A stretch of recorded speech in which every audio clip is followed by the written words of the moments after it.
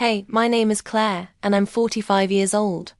I've been working as the senior accountant at a small but bustling law firm in downtown Chicago for over 17 years. It's not exciting, but it's steady work. And after my divorce, stability became my anchor. You see, I'm the type of person who keeps track of every penny, never misses a deadline, and knows where every file is without having to ask. I've become a bit of a background figure, and honestly, I've always preferred it that way. I never craved attention. I liked being the quiet observer, the one who took care of the details while everyone else carried on with their lives. After my divorce had been more about surviving than living. I'd buried myself in work, trying to forget the pain of losing the family I once thought would be forever. My husband, Greg, had left me for someone younger, and I was left with nothing but the pieces of a life that felt incomplete. No kids, no close family, just me and my routines. And honestly, at this point, that was fine. I didn't need more. Work was my refuge, my distraction. It kept my mind busy enough that I didn't have to think about the void I carried with me. That Thursday started like any other. I was sitting at my desk, organizing some receipts, when I overheard voices near the front lobby. I could tell by the tone of their laughter that it wasn't just a usual office conversation. There was something warmer, something more personal about it. I didn't think much of it at first. Just another distraction in the middle of my otherwise quiet morning. But then I recognized one of the voices, the deeper, more resonant one. It was Jason Richardson, my boss, Mr. Richardson's son. I hadn't seen him in years. Not since he was a kid. Just a shy teenager who spent his summers interning here. He was polite, quiet, and kept to himself mostly. I remember him as a polite young man, never really standing out. I'd always thought of him as that sweet boy who helped with some office tasks during his college breaks. But now, as I stood by my desk, I realized that his presence was filling the room in a way I hadn't expected. And it felt different. I was still lost in my thoughts when the office door swung open. And there he was. Jason had changed. He wasn't the skinny teenager I remembered. No. Now he was taller, broader, and his posture spoke of a confidence that didn't belong to the shy boy who used to file papers in the corner of the office. His face had matured, and those big brown eyes that had once seemed so shy were now sharp, intense, and somehow full of stories I didn't know. He was dressed in a sharp suit. His dark hair slicked back just enough to suggest he was trying to maintain an air of professionalism, but the way he carried himself, the way he walked into the room, spoke of someone who knew exactly where they were headed. When our eyes met, it was like time slowed down. There was a brief moment, just a fraction of a second, where I felt something shift. It was almost electric, like the spark of something that had been lying dormant for a long time suddenly coming to life. His smile was genuine, warm, and there was a recognition in his gaze that made my heart skip a beat. "Claire, right?" he asked, his voice deeper now with a hint of familiarity. I blinked, feeling a rush of heat rise in my cheeks. "Wow, you have a good memory. You were just a kid when I last saw you." He chuckled softly, that same warmth in his smile. "Yeah, time changes people, doesn't it?" There was something in his words, something in the way he said it that made my breath catch. It wasn't just a casual remark, it felt like he was speaking to me in a way that went beyond small talk, beyond pleasantries. There was something more, something unspoken, and for reasons I couldn't understand, I felt drawn to him in a way I hadn't felt in years. Maybe it was the way his voice softened when he said my name, or the way his eyes held mine just a little longer than necessary. It was like he saw me, not the quiet, invisible woman in the office, but the real me, the one hidden beneath the surface. I smiled, forcing myself to look away, trying to regain some sense of control. "It's been a long time," I said, adjusting the papers on my desk, suddenly feeling self-conscious. "You've changed too." His smile softened, a trace of something more in his eyes. I guess we all do. The rest of the day passed. In a blur, I tried to focus on my work, but every time I looked up, there he was, moving through the office with that same confidence, asking questions, making observations. He wasn't intrusive, but he made his presence known, and I couldn't stop noticing him. Every time he walked past my desk, he would glance at me. Sometimes it was just a fleeting look. Other times it lingered, and I couldn't tell if I was imagining it, or if there was something real behind those glances. I tried to shake it off, telling myself I was overthinking it. He was just being polite, just being professional. But deep down, I knew it wasn't that simple. Something about him had shifted. He wasn't the same person I remembered. And neither was I that evening, as I was gathering my things to leave. I heard footsteps behind me. Claire? His voice, so familiar and yet foreign in this new context, made my heart jump. I turned to see Jason standing in the hallway, jacket slung over his shoulder. His expression a mix of casual confidence and something else. Something more uncertain. He was looking at me like he wanted to say something, but wasn't quite sure how. I felt a nervous flutter in my chest. "Hey, Jason," I said, trying to keep my voice steady. "What's up? Can I ask you something?" he said, his gaze shifting slightly. "It's a little personal." I raised an eyebrow, intrigued. "Sure, what's on your mind?" He hesitated, for a moment like he was choosing his words carefully. "Are you happy here?" he asked, his voice softer now. "In this job? In this routine?" It was such an unexpected question. I blinked, not sure how to respond. Was he just making small talk? Or was there more to this? "I guess I am," I said, trying to sound nonchalant. "It's stable, comfortable." Jason nodded slowly, but there was something in his expression that told me he wasn't satisfied with that answer. "Comfort's not always the same as happiness," he said, his voice low, almost reflective. I was caught off guard by the depth of his words. There was a tenderness in his tone, like he was trying to tell me something important. Something I didn't want to hear but needed to. Before I could respond, Jason smiled at me, that familiar, easy smile, and then he was gone, disappearing down the hallway as quickly as he had appeared. I stood there for a moment, staring after him, my heart racing. His words echoed in my mind, haunting me. Comfort's not always the same as happiness. I hadn't realized how true that was until now. Had I been living a comfortable life, just going through the motions, avoiding the pain of truly living? Or was there more to life than the safe, predictable routine I had built around myself? The question lingered in my mind, refusing to let go. Something had shifted. Something had changed inside of me, and I didn't know how to make sense of it. As I left the office that evening, I couldn't help but wonder. What had Jason meant by that question? And what was I going to do about it? The next few days felt like they were in a slow-motion haze, my mind constantly circling back to Jason's question. "Are you happy here?" I couldn't escape it. It was as though those few words had cracked something open inside me, a part of me that had been buried under years of routine and obligation. But every time I tried to think about it more deeply, I found myself unable to come up with a clear answer. The rest of that week passed in a blur of paperwork and meetings, but it felt like everything around me was muted. The buzzing of the fluorescent lights overhead, the chatter of my coworkers. It all seemed so distant compared to the weight of Jason's words. Was I happy?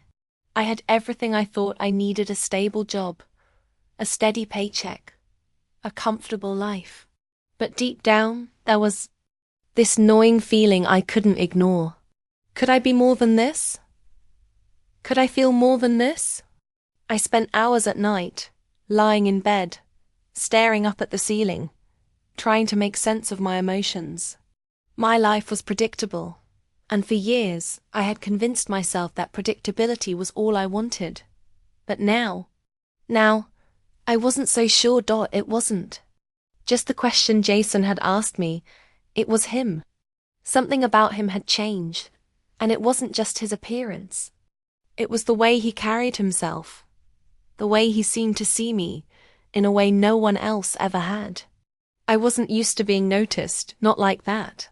I wasn't used to feeling like someone was looking beyond the surface, beyond the quiet, invisible woman who lived in the background.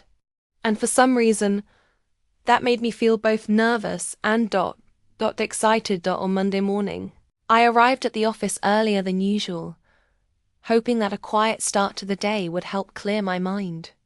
The office was eerily silent, save for the soft hum of the coffee machine in the break room.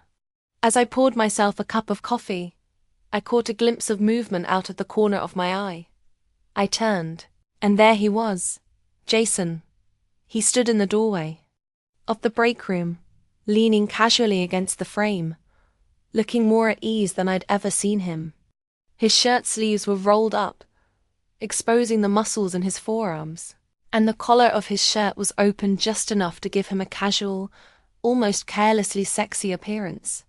His dark hair was messier than usual, a slight dishevelment that only seemed to add to the effect. "Morning, Claire," he said with that smile of his, the same one that had caused my heart to race just a few days earlier. "I thought I might find you in here.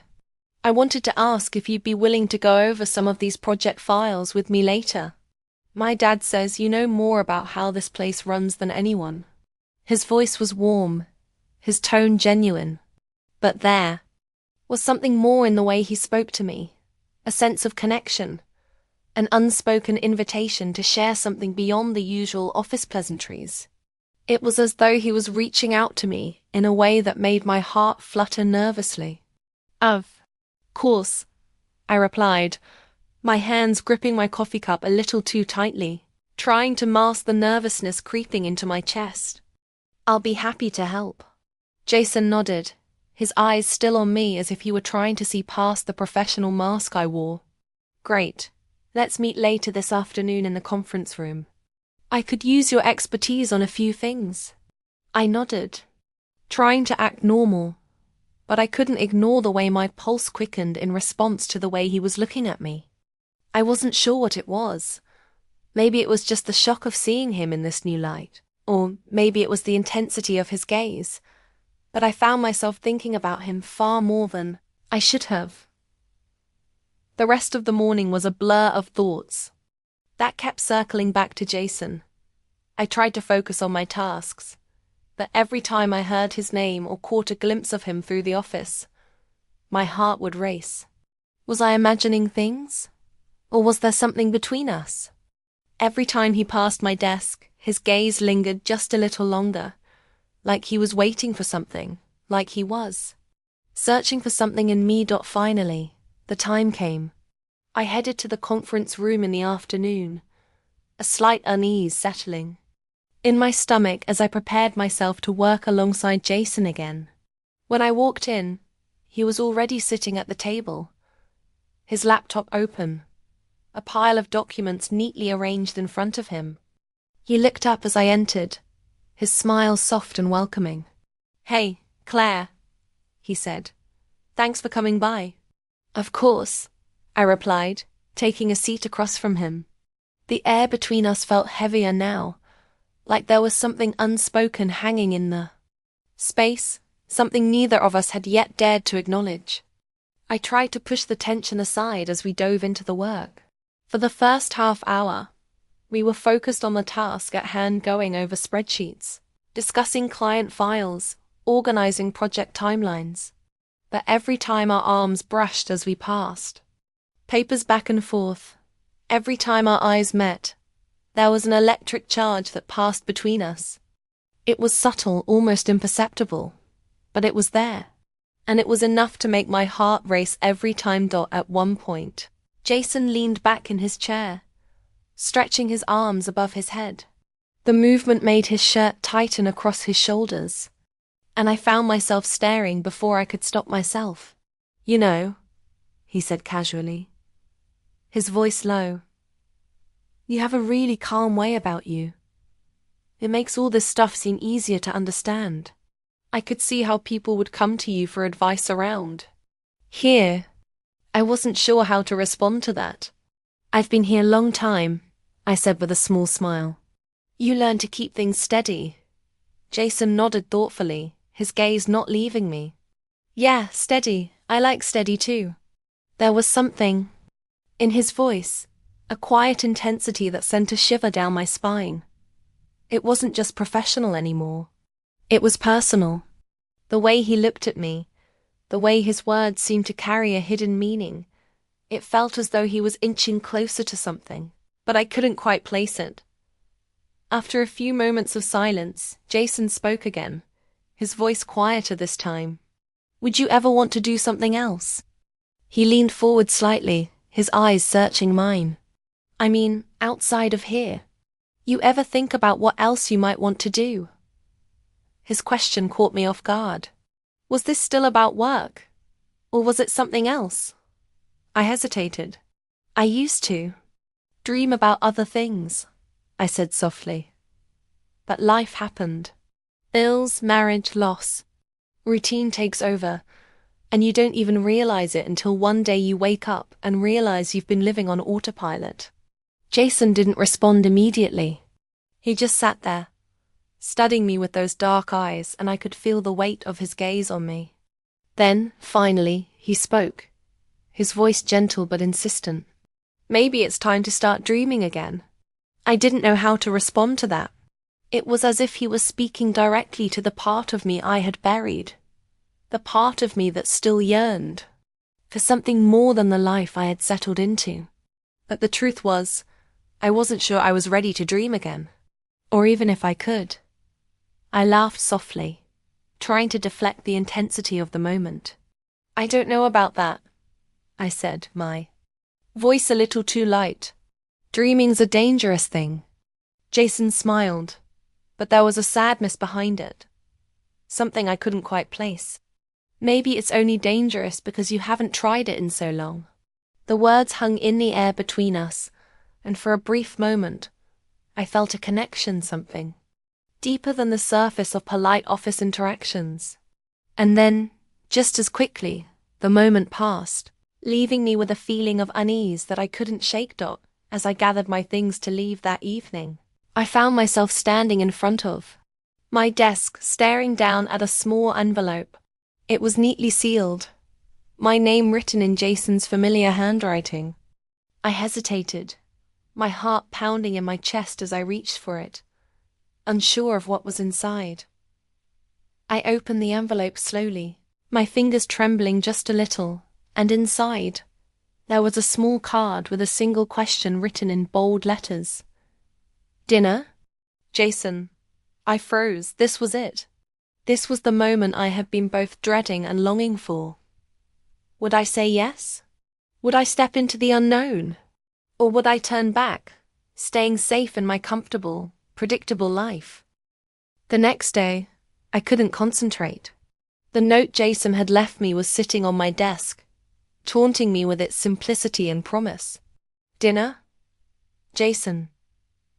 The words seemed innocent enough, but I couldn't shake the feeling that this was a turning point, a moment that could change everything, or nothing at all. I had spent hours lying in bed the previous night, staring at the ceiling, thinking about what to do. On one hand, I knew I should stay away from anything that might disrupt the fragile routine I had built. My life was comfortable, safe, predictable. I didn't need to rock the boat. I didn't need to risk getting hurt again. But on the other hand, there was something inside me that longed for change. I hadn't felt truly alive in so long, not in a way that mattered. Jason had brought something to the surface, something. I didn't know I was missing something I wasn't sure I could ignore. I thought about how he had looked at me, how he had listened so intently during our meeting. It was as if he was seeing me for the first time. Not the invisible office worker. Not the woman who had buried her dreams.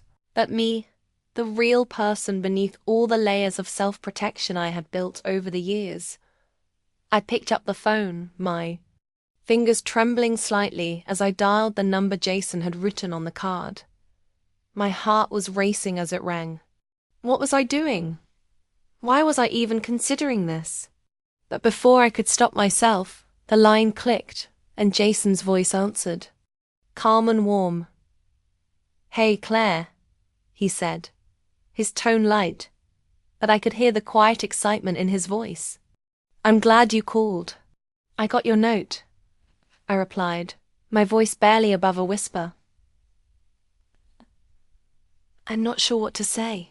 "Say yes," he said, his voice almost coaxing. "Dinner. Tomorrow night. Just us. No work talk, no expectations. Just a chance to talk." It sounded so simple, yet everything about it felt complicated. What if I was making a mistake? What if I was reading too much into this? But something in me, something deep inside, told me I had to go. This was my chance to step outside the life I had built, to see what else was out there.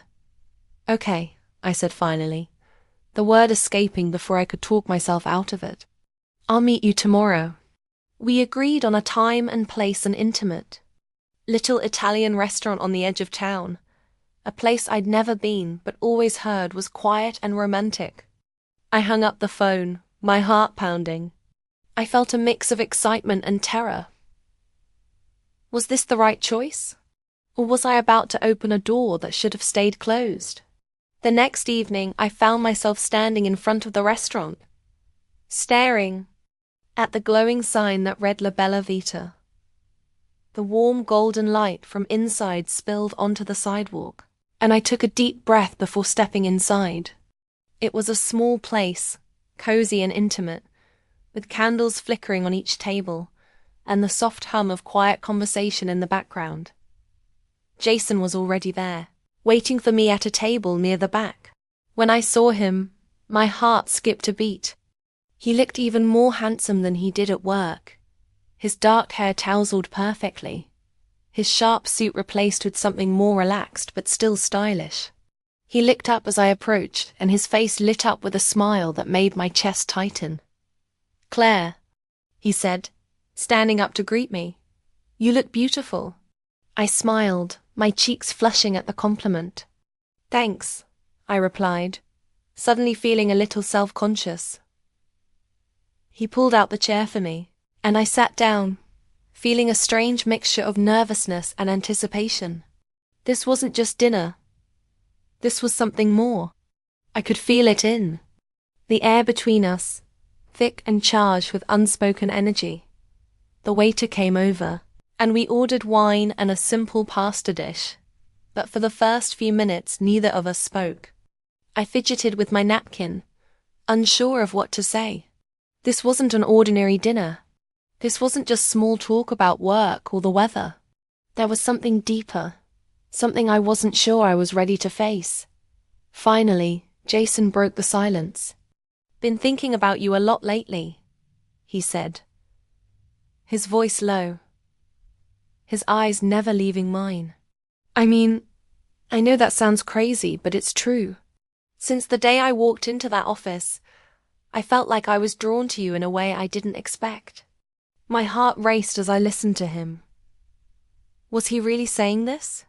Was this real? I had to be sure. "You're not just some office manager to me, Claire," Jason continued. "I've watched you for years, and I've always admired how you've handled everything, how you keep everything running so smoothly. But the truth is, I've wanted to know the real you, the one behind the calm, composed exterior." I felt a lump form in my throat. This wasn't how I had imagined this evening going. I had expected a pleasant, if slightly awkward, dinner, nothing more. But Jason's words were stirring something deep inside me, something I wasn't sure I was ready to confront. "I don't know what you mean," I said, my voice barely above a whisper. "I'm just ... I'm just a woman who does her job. There's nothing more to it than that. Jason reached across the table, his hand gently resting on top of mine. His touch was warm, and for a moment, I forgot about the world around us. Claire, he said softly, his eyes locked on mine. There is so much more to you than that. I can see it. And I think you've been hiding it from yourself for a long time. I couldn't speak. My thoughts were spinning. Could it really be true? Could Jason see something in me that I hadn't been able to see myself for years? Was there more to my life than the quiet, predictable existence I had been living? Before I could respond, a man appeared at our table. His presence sudden and unexpected. He was tall, with greying hair and sharp features. His eyes were cold, his expression stern as he looked at Jason. "Jason," the man said, his voice low and measured. "I need to talk to you." Jason stiffened, his hand pulling away from mine as he looked up at the stranger, his expression hardening. "Not now, Dad," Jason said, his voice tight with frustration. "We're in the middle of something." The man ignored him, his gaze shifting to me. There was something unsettling about the way he looked at me, something calculating in his eyes. "I think she deserves to know the truth," he said, his voice low and ominous. I froze. Truth? What was he talking about? And then it hit me, this man wasn't just a stranger. He was Jason's father, and whatever he was about to say was not something I was prepared to hear. Jason looked at his father, his jaw clenched. "Not here, not now," he muttered, his voice low, almost desperate. But the man wasn't backing down. He leaned closer to me, his cold gaze never leaving mine. "Jason's been hiding something from you, Claire. Something you need to know." I looked at Jason, confusion and fear swirling inside me. What was going on? What could his father possibly mean by this? Jason stood up abruptly, the tension between him and his father thickening. "Dad, this isn't the time or place." But his father just shook his head, his voice steady and unwavering. "You can't keep hiding it forever, son. She deserves to know." "What's been going on?" Jason's eyes flicked back to me, his expression torn. "Claire," he said, his voice almost breaking, "I didn't want you to find out this way, but you deserve to know." Before I could ask any questions, his father was gone, disappearing into the crowd, leaving behind nothing but confusion, fear, and an overwhelming sense that my world had just been turned upside down. Jason sat back down, running a hand through his hair, his face pale. "I'm sorry," he said, his voice shaking. "I never wanted you to be involved in this." But I couldn't stay silent. The words were already out of my mouth before I could stop them. "Jason, what is going on? What does he mean? What aren't you telling me?" Jason's gaze locked onto mine, his eyes filled with a mixture of regret and something deeper something. I didn't quite understand. "I promise you, Claire, I'll tell you everything. But not here, not like this." The weight of his words settled between us like a heavy fog. I didn't know what the truth was, but I knew one thing. Everything was about to change, and I wasn't sure if I was ready for it.